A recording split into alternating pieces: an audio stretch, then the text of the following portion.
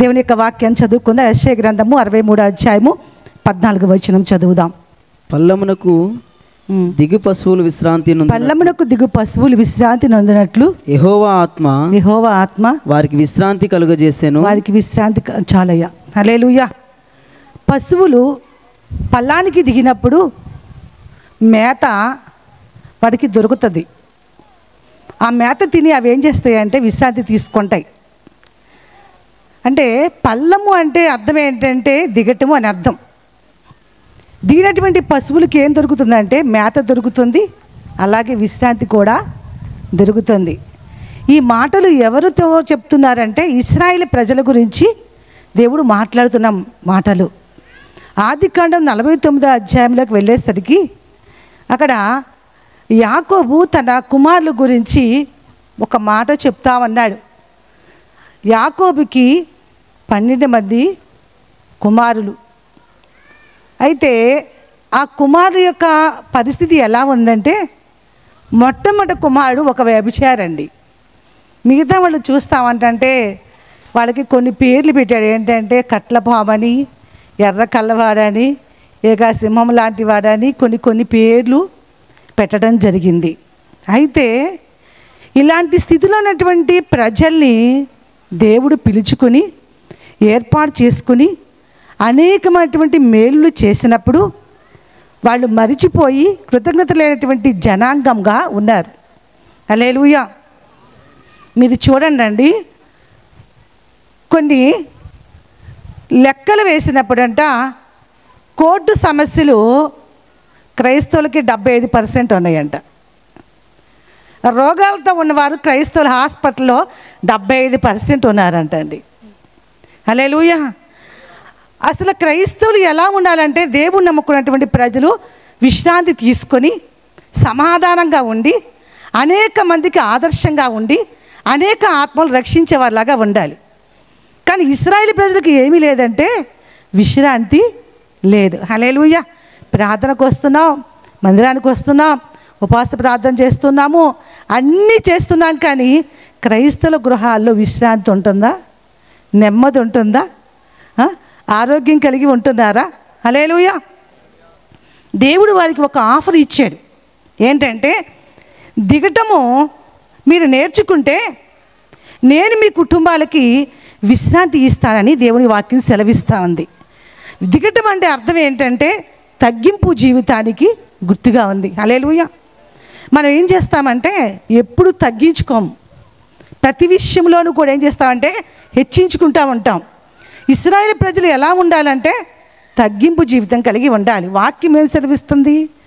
2వ దినవృత్తాంతాల గ్రంథం 7వ అధ్యాయం 14వ వచనంలో నా పేరు పెట్టబడిన నా జనులు తమ తగ్గించుకొని తమ చెడు మార్గం విడిచిపెట్టి నన్ను వెతికి ప్రార్థన చేసిన యెడల ఆ స్థలం ముందు చేయబడిన ప్రార్థన మీద నాకు కందృష్టి ఉంచి ఆ దేశాన్ని ఆ స్థలాన్ని స్వస్థపరుస్తానన్నారు ప్రభు. హల్లెలూయా. దేవునికి స్తోత్రం.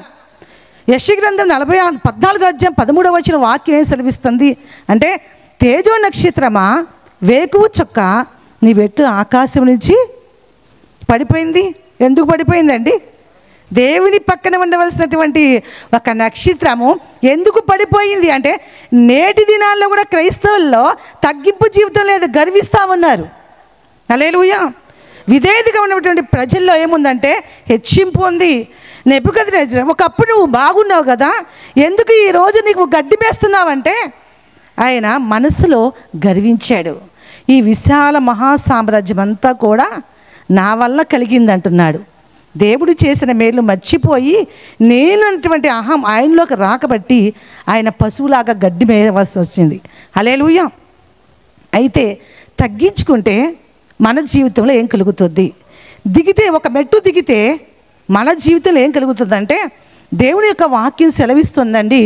లూకాసు వార్త 19వ అధ్యాయము 5-6 వచనాలు చదువుదాం. లూకాసు వార్త 19వ అధ్యాయము. యేసు ఆ చోటికి వచ్చినప్పుడు కన్నులెత్తి చూచి జక్కయ్య త్వరగా దిగుము, నేడు నేను నీ ఇంట నుండవలసి ఉన్నదని అతనితో చెప్పగా అతడు త్వరగా దిగి సంతోషముతో ఆయనను చేర్చుకొని. హల్లెలూయా. చూడండి, యేసుక్రీస్తు వారు ఒక చోటకు వచ్చారు. యేసుక్రీస్తుని చూడాలని అక్కడికి జక్కయ్య ఒక్కడే వచ్చారా, చాలామంది వచ్చారా? చెప్పండి. చాలామంది వచ్చారు. కానీ జక్కయ్య ఎక్కడెక్కాడంట? చెట్టు ఎక్కాడు. ఎందుకని? పొట్టివాడు కావచ్చు, ఇంకొక కారణం కూడా కావచ్చు. నేను ఒక ప్రశ్న వేస్తాను, సమాధానం చెప్పండి. మన ప్రాంతంలో ముఖ్యమంత్రి గారు వచ్చినప్పుడు ఈ ప్రాంతం చాలినప్పుడు వాళ్ళు ఎక్కడికి ఎక్కుతున్నారు? చెట్ల మీదకో. వాళ్ళందరూ పొట్టివారైనందున ఎక్కుతున్నారా? లేదు కదా. అయితే నేను అనుకుంటున్నాను ఏంటంటే, జక్కయ్యకి ఒక ఆశ ఉందండి. యేసుక్రీస్తు చుట్టూతో చెందినటువంటి ప్రజలు అవసరాల నిమిత్తం వచ్చారు. జక్కయ్య తన ఆత్మరక్షణ కోసం వచ్చాడు. హల్లెలూయా. జక్కయ్యకి ఏమి లేదండి. ఆస్తి లేదా, అంతస్తు లేదా, పలుకుబడి లేదా, అధికారం లేదా, ఏమి లేదా ఆయనకి. అన్నీ ఉన్నాయి, కానీ తన జీవితంలో లేదంటే విశ్రాంతి లేదు, రక్షణ లేదు. హల్లెలూయా, దేవునికి స్తోత్రం.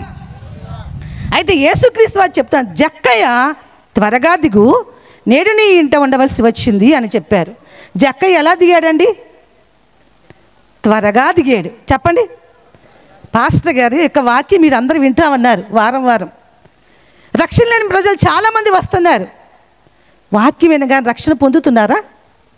ఇంకా వాయిదాలు వేస్తున్నారు. ఏం వాయిదాలు వేస్తున్నారు? మా పిల్లల పెళ్ళి అయితే రక్షణ తీసుకుంటా, జాబ్ వస్తే రక్షణ తీసుకుంటా, లేకపోతే ఇంకేదో పని అయితే రక్షణ తీసుకుంటా అంటున్నారు. కానీ నువ్వు ఉంటావా ఊడతావా నీకు తెలుసా? హల్లెలూయా. నా భర్త గారి పేరు సత్యనారాయణ, నా పేరు బంగారం. హల్లెలూయా. నేను పుట్టినప్పుడు చక్కగా పుట్టానని మా అమ్మమ్మ నాకు బంగారం అని పేరు పెట్టింది. హల్లెలూయా. అయితే నా భర్త గారు ఒక నామగాథ క్రైస్తవులు. అయితే సాక్ష్యం చాలాసేపు ఉంది, నేను త్వరగా ముగించేస్తాను. అయితే నా భర్త యేసుక్రీస్తుని ఎందుకు నమ్ముకున్నారంటే, భయంకరమైన చేతబడులు జరిగినాయి వాళ్ళకి. ఎవరు చేశారంటే, పక్కన ఉన్నటువంటి స్నేహితుడే వీళ్ళకి చేతబడులు చేశారనమాట. ఆ చేతబడులు ఎలా ఉన్నాయంటే భయంకరంగా ఉన్నాయి. వాళ్ళ అన్నకి ఈయనకి చేశారు. ఇద్దరు కూడా భయంకరంగా కొట్టుకునేవాళ్ళు, రక్తం వచ్చినట్టు కొట్టుకునేవారు. వాళ్ళిద్దరిని స్తంభాలకు కట్టేసేవాళ్ళు. వాళ్ళని వదిలేస్తే ఇలాగే చేష్టలు చేస్తూ ఉండేవాళ్ళు. అయితే మాకు 3 ఆడపడుచులు, 3 అన్నదమ్ములు వీళ్ళు. మా పెద్ద ఆడపడుచు గారు నాగార్జున సాగర్లో ఉంటారు, ఎన్ఎస్పిలో సూపరింటెండెంట్గా చేస్తారు ఆయన. ఆడపడుచు వారి కుటుంబం మా ఇంటికి వచ్చినప్పుడు వీళ్ళకి చేతబడులు చేస్తామంటే చూసి, అవన్నీ చూసి భయంకరంగా ఏడుస్తూ అంది, తమ్ముళ్ళకి ఏంటి ఇలా జరుగుతుంది, అసలు ఈ పరిస్థితి అంతా ఏంటి అని చెప్పి అన్నప్పుడు పక్కనున్న వ్యక్తి అన్నాడు, నోరు ముయ్యి అన్నాడండి. హల్లెలూయా. నోరు ముయ్యి అనగా నోరు మూసేసింది ఆవిడ. ఎన్ని రోజులు తెరవలేదంటే 60 రోజులు నోరు తెరవలేదండి. ఈ లోపు ఆవిడ ఏం చేస్తున్నారంటే, ఆవిడికి తినిపించాలని త్రాగించాలని ఎదురు చూస్తూ ఉన్నారు, కానీ ఎవరి వల్ల కావట్లేదు. కొన్ని నీళ్లు లోనకి వెళ్తా ఆ యొక్క నీళ్ళ వల్ల ఆవిడ కొన్ని బ్రతికింది. అయితే 60 రోజుల్లో ఆవిడ స్కెల్టిన్ అయిపోయిందండి. మా వాళ్ళ పరిస్థితి బాగోలేదు. అయితే అంతకుముందు రాజకీయ పందాల్లో ఉండేది మా కుటుంబం, రౌడీయిజంలో ఉండేవాళ్ళు మా వాళ్ళు. అయితే అంత క్రితం మా ఇంటికి అందరూ వచ్చేవాళ్ళు, కానీ ఎప్పుడైతే మా కుటుంబం ఇలాంటి పరిస్థితుల్లో ఉందో ఒక్కళ్ళు కూడా రావటం మానేశారండి. అసలు ఆ రోడ్డు మీద నుంచి ఎవరు వెళ్ళేవాళ్ళు లేరు, ఎందుకంటే అంత భయంకరమైన చేతబడులు అన్నమాట. అయితే వాళ్ళు ఒక చెట్టు ఉంటే, అక్కడ నిమ్మకాయ చెట్టు ఉంటే ఆ చెట్టు వెంకలా చూస్తే కళ్ళు తెరిచి ఆ చెట్టు మాడిపోయేది. అక్కడ గేదెలు ఉంటే ఆ గేదె వైపు అలా చూడంగానే ఆ గేదె పడి చచ్చిపోయేదంట. కోళ్ళు ఉంటే ఆ కోడి ఆ పక్క నుంచి వెళ్తుంటే గిలగిలా తన్నుకుని చనిపోయేదండి. ఇలాంటి భయంకరమైనటువంటి చేతబడులు చేస్తున్నప్పుడు ఎవ్వరూ మా ఇంటికి రాలేదండి. బంధువులు కానీ స్నేహితులు కానీ ఎవ్వరూ రాలేదు. కానీ ఎవరు వచ్చారంటే, దైవ సేవకులు, చిన్నబాబు గారి కుటుంబం భయంకరమైన బాధల్లో ఉందని ప్రార్థన చేయటానికి దైవ సేవకులు వచ్చారండి. హల్లెలూయా, దేవునికి స్తోత్రం. చాలామంది దైవ సేవకులు దూషిస్తూ ఉంటారు. దైవ సేవకుడు మన ఇంటికి వస్తే మంచిదండి, దైవ సేవకుడి దగ్గరికి మనం వెళ్తే మంచిదని దేవుని యొక్క వాక్యం సెలవిస్తుంది. నేను ఒక ప్రశ్న వేస్తాను, చుట్టాలు మన ఇంటికి వస్తే మంచిది, మనం వాళ్ళ ఇంటికి వెళ్తే మంచిదా? చెప్పండి. చుట్టాలింటికి మనం వెళ్తే మేలు జరుగుద్దా మనకి, లేకపోతే వాళ్ళు మన ఇంటికి వస్తే మేలు జరుగుద్దా? ఏమో నాకు తెలియదు, కానీ దైవ సేవకుడు మన ఇంటికి వస్తే కొన్ని కార్యాలు జరుగుతాయని వాక్యం సెలవిస్తూ ఉంది. దైవ సేవకుడు మా ఇంటికి వచ్చినప్పుడు వాళ్ళు ప్రార్థన చేసి మా ఇంట్లో ఒక బైబిల్ ఇచ్చి వెళ్ళిపోయారండి. దేవుని యొక్క మహాకృప చొప్పున వారు చేసిన ప్రార్థన వల్ల దేవుడు చేతబడి శక్తుల నుంచి విడుదల కలిగించారు.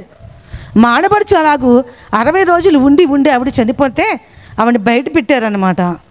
అప్పుడు మా అత్తగారు ఆవిడ మీద పడి ఏడుస్తూ ఉంది, చచ్చిపోయావు కూతురు అని ఏడుస్తూ ఉంటుంటే పరలోకం నుంచి ఒక వెలుగు వచ్చి ఆవిడని తాకి వెంటనే దేవుడు ఆవిడని లేపాడండి. దేవునికి స్తోత్రం. ఆ వెలుగు ద్వారా ఆవిడ బ్రతికిందండి. దేవునికి స్తోత్రం. మా వాళ్ళు ఏం చేశారంటే యేసుక్రీస్తు అందరితో పాటు ఒక దేవుడు అని చెప్పి యేసుక్రీస్తు స్వస్థపరిచాడని చెప్పేసి మా వారేం గుణదలు వెళ్ళారండి.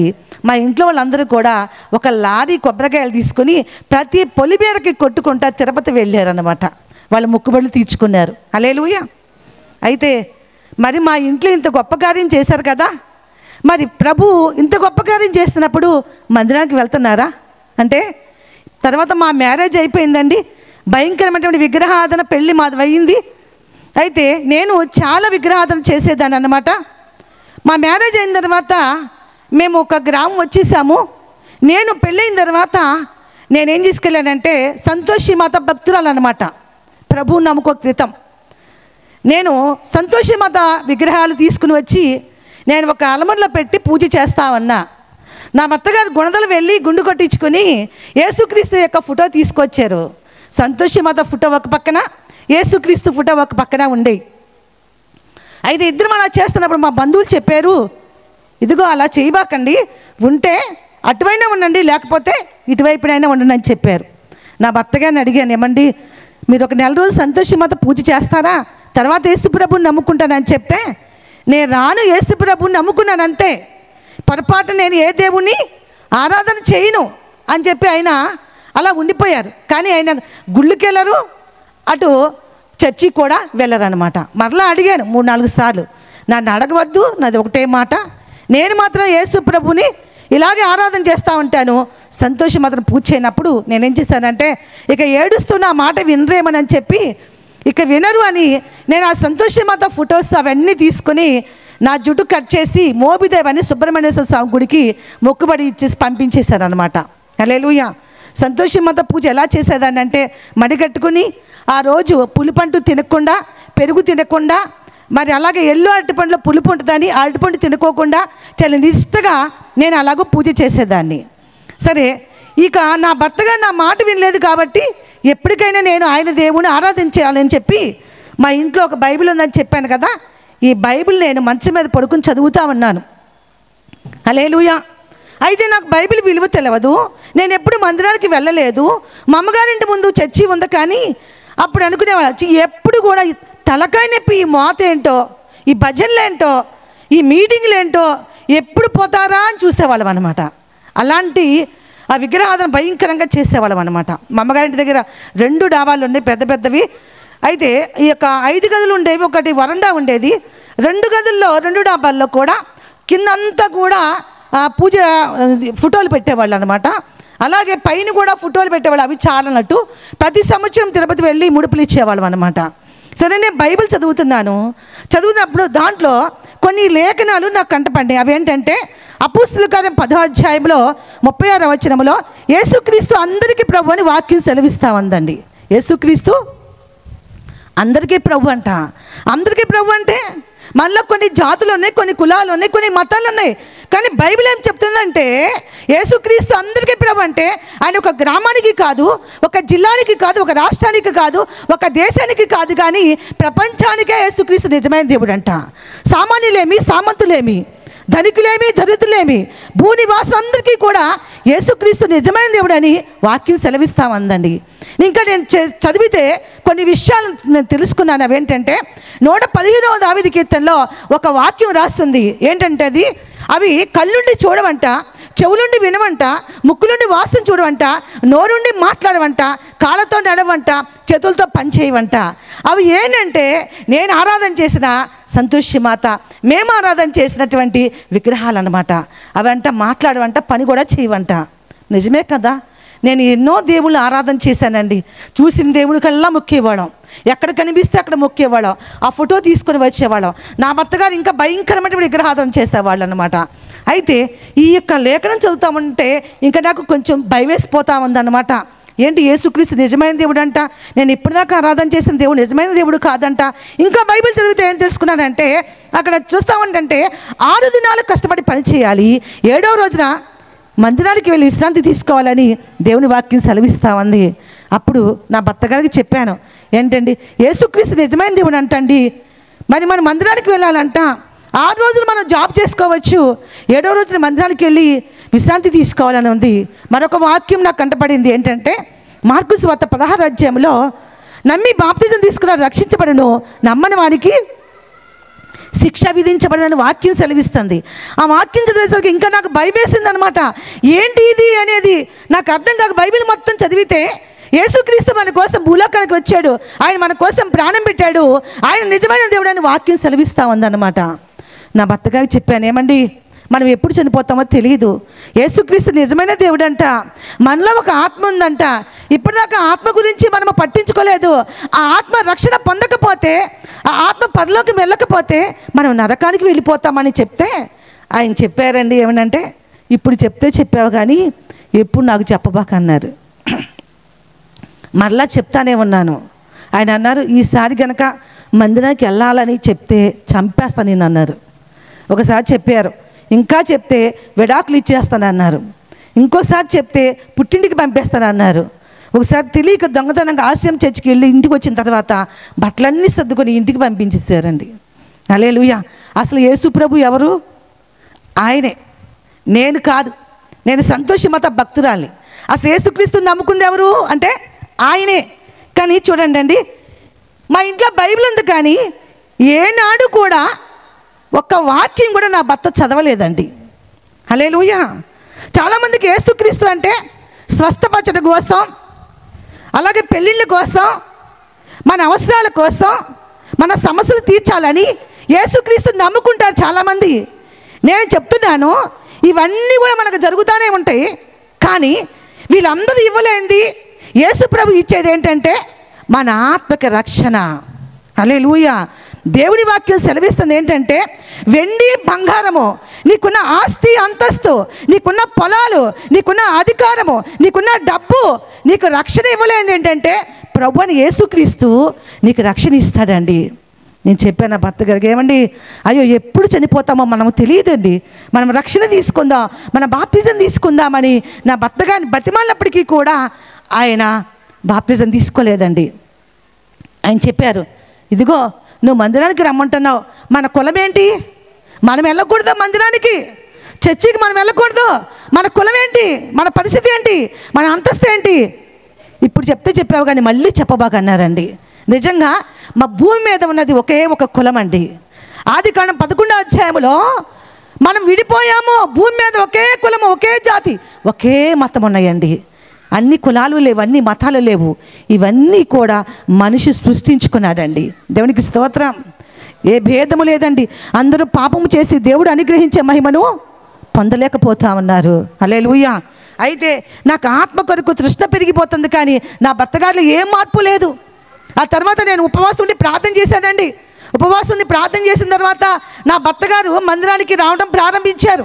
కానీ మారు మనసు లేదు. ఆయన ఉద్దేశంలో నేను చెప్తున్న రక్షణ పొందాలండి, మనం బాప్తిజం తీసుకుందామని చెప్తే ఆయన అన్నారు, నేను రక్షణ పొందను, బాప్తిజం తీసుకున్నాను, కానీ మందిరానికి మాత్రం వస్తాం ప్రారంభించారండి. పేరు మారిపోయింది. నా భర్త పేరు సత్యనారాయణ గారు అయితే పరిశుద్ధ బాబు అని పాస్టర్లు పెట్టేశారండి. అంటే ఏమైందంటే మా బ్రతుకు మారలేదు కానీ పేరు మాత్రము మారిపోయింది. హల్లెలూయా. మందిరానికి వస్తున్న మన జీవితంలో మన పేరు మారినట్లుగా మన బ్రతుకులు కూడా ఏమైపోవాలండి, మారిపోతే మనకు విశ్రాంతి దొరుకుతుంది. దేవునికి స్తోత్రం. హల్లెలూయా. ఉపవాసం నుండి ప్రార్థన చేసిన తర్వాత నా భర్త గారిని మార్చారు. నేను షార్ట్కట్లో చెప్తున్నానండి. నా భర్త గారి మందిరానికి వచ్చారు కానీ మనిషిలో మార్పు మాత్రం రాలేదు. 3 దినాలు ఉపవాసం, 7 దినాలు ఉపవాసం, 10 రోజులు ఉపవాసం, 40 రోజులు ఉపవాసం ఉండి ప్రార్థన చేశారు. చేస్తే చెప్తున్నారు, పాస్టర్లు చెప్తున్నారు, బాప్తిజం తీసుకోమని చెప్తున్నారు. ఆయన సాక్ష్యం చెప్పడానికి అనేక ప్రాంతాలు వెళ్తున్నప్పటికీ కూడా మనసులో మాత్రం చెప్పిన మాట ఏంటంటే, నాకు చెప్పిన మాట ఒకటి, పాస్టర్లు చెప్పిన మాట ఒకటి, ఇంకా కొంత టైం ఉందండి అప్పుడు తీసుకుంటాను అన్నారు. నాకేం చెప్పారంటే నేను ఒకరిని కొట్టాలి, ఒకరిని చంపాలని చెప్పారు. హల్లెలూయా. ప్రార్థనకు వస్తాం, మన జీవితాల్లో కూడా అంతే కదా, మనసులో ఏమేమో పెట్టుకుని మందిరానికి వస్తామండి. దేవునికి స్తోత్రం. అయితే నా భర్త గారికి చెప్తే ఆ పని చేసినాక నేను అప్పుడు బాప్తిజం తీసుకుంటాను అన్నారు. 40 రోజులు ఉపవాసం తీసుకున్న తర్వాత ఆయన చెప్పారు, దేవుడు మాట్లాడుతున్నాడు ఆయనతో. లాస్ట్ రోజున మాట్లాడుతున్నాడు. జక్కయ్య చెట్టు ఎక్కినప్పుడు ఆయన త్వరగా దిగాడు, కానీ నా భర్త అంత త్వరగా దిగలేదండి. ఆయన మనసులో ఉద్దేశాలు వేరు, ఆయన లోన కులం వేరు, ఆయన మతం వేరు, ఆయన అంతస్తు వేరు. మన కులం ఉన్నతమైన కులం. మన ఉన్నతమైన కులం మనకు కొడుకు పెడుతుందండి, మనకు భోజనం పెడుతుందా? మన కులం మన పరలోక రాజ్యం తీసుకెళ్తుందా? మన అందం మన పరలోక రాజ్యం తీసుకెళ్తుందా? మన ఆస్తి మన పరలోక రాజ్యం తీసుకెళ్తుందా? ఇవేమీ తీసుకెళ్ళవు మన పరలోక రాజ్యము. దేవునికి స్తోత్రం. 40 రోజులు ఉపాసన లాస్ట్ రోజున చాలా పట్టుదలగా ప్రార్థన చేస్తారండి.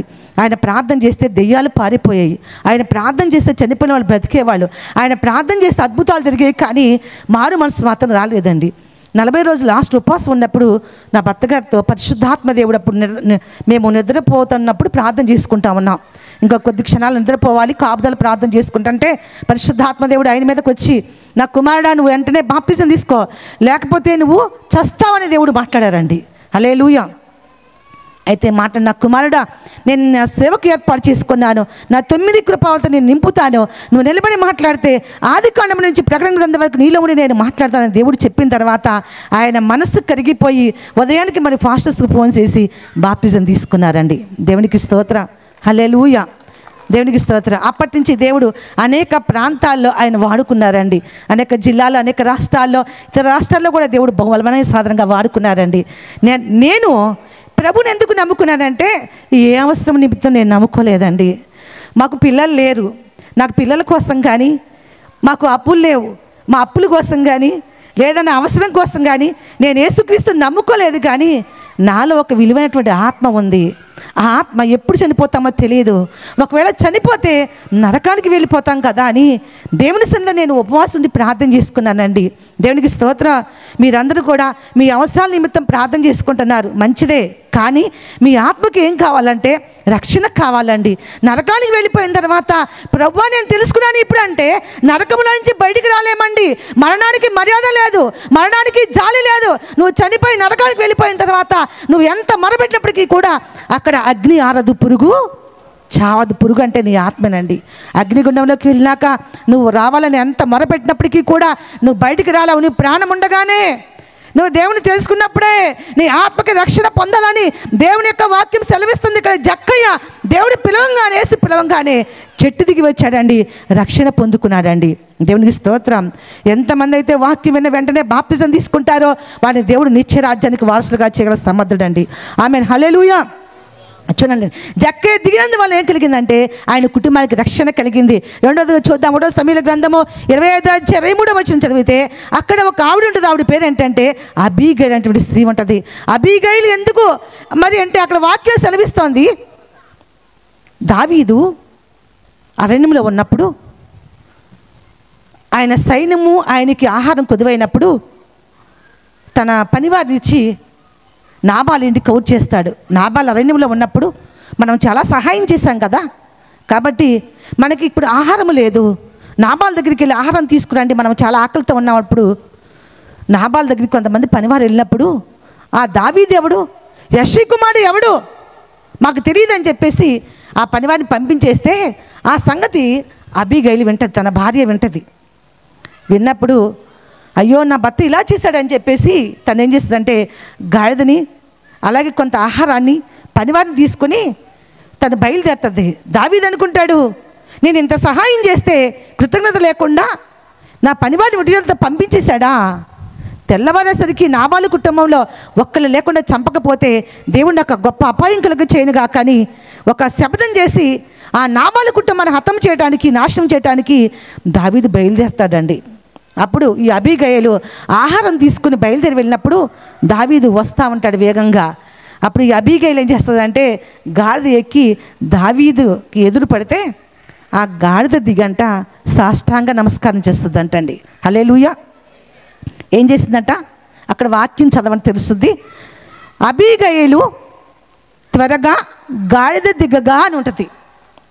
అయితే ఇక్కడ అబీగయలు నేను చక్కగా అందగత్తిని, నేను ధనవంతురాల్ని అని చెప్పి గర్వించలేదు, కానీ గాడిద దిగింది, దావీదుకి సాష్టాంగ నమస్కారము చేసింది. గాడిద దిగినప్పుడు ఏం జరిగింది? అంటే తను తగ్గించుకున్నప్పుడు ఆ మెట్టు దిగినప్పుడు దావీదు ఉద్దేశం ఏంటంటే నాబాలు యొక్క కుటుంబాన్ని నాశనం చేసేయాలి అనుకున్నాడు. ఎప్పుడైతే ఈవిడ గాడి దిగి సాష్టాంగ నమస్కారం చేసిందో అప్పుడు వెంటనే దావీదు అనుకున్నాడు, ఇక ఆ కుటుంబానికి నేను హాని చేయనన్నాడు. అదే ఆవిడ గాడిద దిగకపోతే ఆ కుటుంబానికి ఏమొచ్చేదంటే గొప్ప అపాయం వచ్చేదండి. మన జీవితంలో ఏముండాలంటే తగ్గింపు ఉండాలి. ఒక మెట్టు దిగాలి. దిగితే ఏమవుతుందంటే మన కుటుంబంలో ఉన్న మరణదూతన దేవుడు కొట్టివేస్తాడండి. హల్లెలూయా. దైవ సేవకుడైన ఏలియా మన ఇంటికి వచ్చినప్పుడు, ఆ సారెపతి రమణాల ఇంటికి వచ్చినప్పుడు ఏం జరిగిందంటే ఆ ఇంట్లో 2 కార్యాలు జరిగినాయి. ఒకటి మరణం కొట్టివేయబడింది, రెండవదిగా దరిద్రం కొట్టివేయబడిందండి. దైవ సేవకుడు మన ఇంటికి వస్తే మన ఇంట్లో అద్భుతాలు జరుగుతాయండి. దైవ సేవకుడు వస్తే చాలామంది అసహించుకుంటారు, తోసివేస్తారు. కానీ దైవ సేవకుడు ఒకసారి మీ ఇంట్లోకి ఆహ్వానించండి, మీ ఇంట్లో అద్భుతం జరుగుద్దని వాక్యం సెలవిస్తా ఉందండి. దేవునికి స్తోత్రం. ఆదికాండంలో 24 వచనం చదివితే అక్కడ రిబ్కా అంటే ఒక ఆవిడ ఉంటుంది. ఇస్సాకుని వివాహం చేసుకుంటాకి ఎలియాజరుతో పాటు ఆవిడ బయలుదేరి ఒంటి మీద వస్తూ ఉంటుంది. అయితే ఇస్సాకు దగ్గరికి వచ్చినప్పుడు ఆయన ఎవ్వరు అడుగుద్దు ఒంటి మీద ఉన్నప్పుడు. అప్పుడు చెప్తాడు ఎలియాజరు, ఆయన నీ యజమానుడమ్మా అని చెప్తాడు. హల్లెలూయా. ఎప్పుడైతే యజమానుడు అని చెప్పగానే ఒంటి మీద నుంచి ఆవిడ చదవండి ఆ వాక్యము. ఆదికాండము 24 అధ్యాయము 64 వచనం చదువుదాం. రిబ్కా కన్నులెత్తి ఇస్సాకును చూచి ఒంటె మీద నుండి దిగి మనల్ని ఎదుర్కొనుటకు. హల్లెలూయా.